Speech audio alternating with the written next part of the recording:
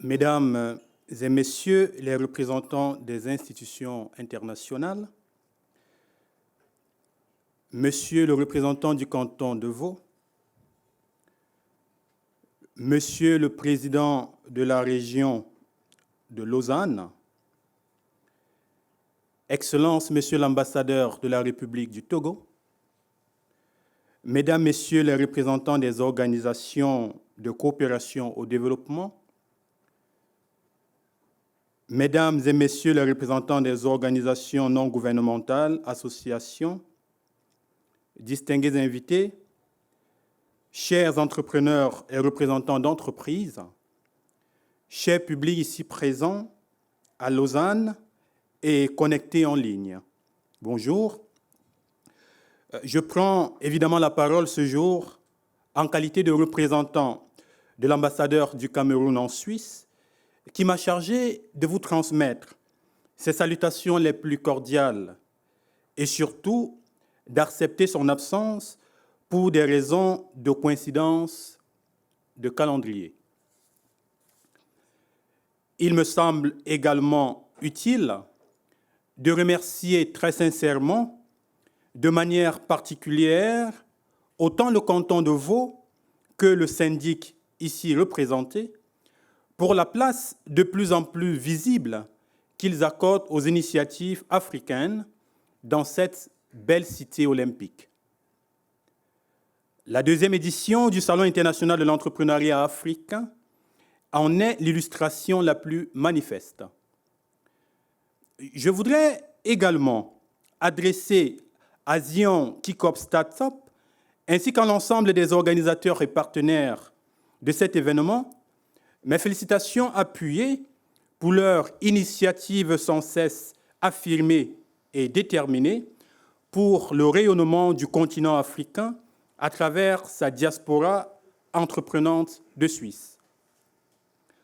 Nous sommes nombreux à suivre les différents temps forts de cet événement inédit depuis lundi 14 novembre 2022 sur le thème « Bâtir un système d'alimentation durable en Afrique, c'est possible ». Qu'il me soit permis de parler un peu de l'Afrique en Suisse.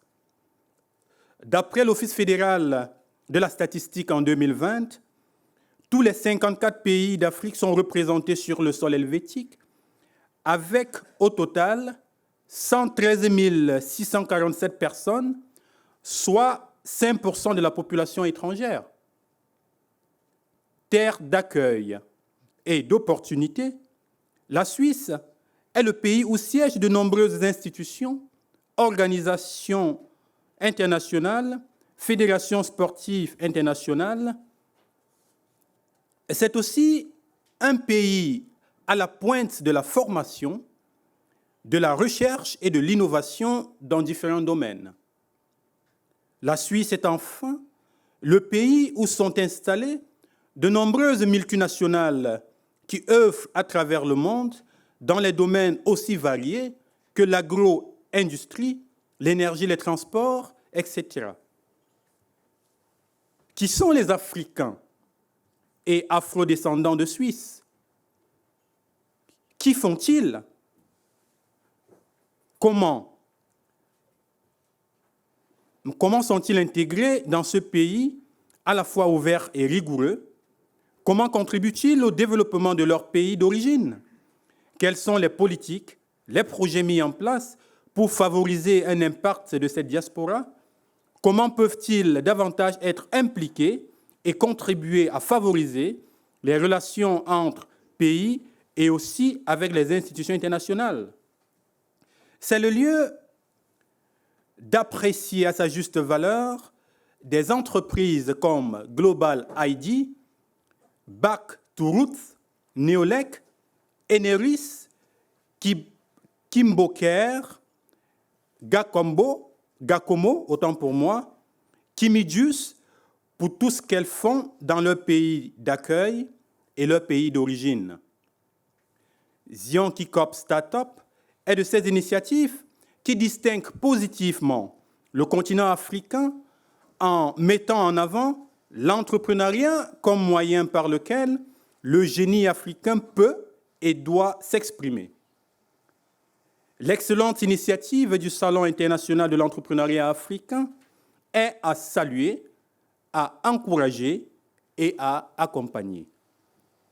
Je ne vous apprends pas que le continent africain est riche en ressources naturelles, en matières premières et surtout en terres arables, plus de 600 millions d'hectares cultivables.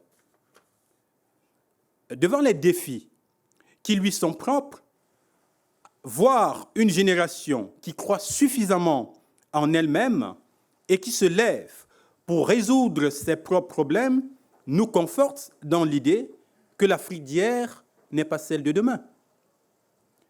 Dans un monde complètement globalisé, où tout évolue très rapidement, les jeunes Africains veulent travailler main dans la main, dans un esprit de gain mutuel, avec tout partenaire qui pourrait contribuer au développement de l'Afrique.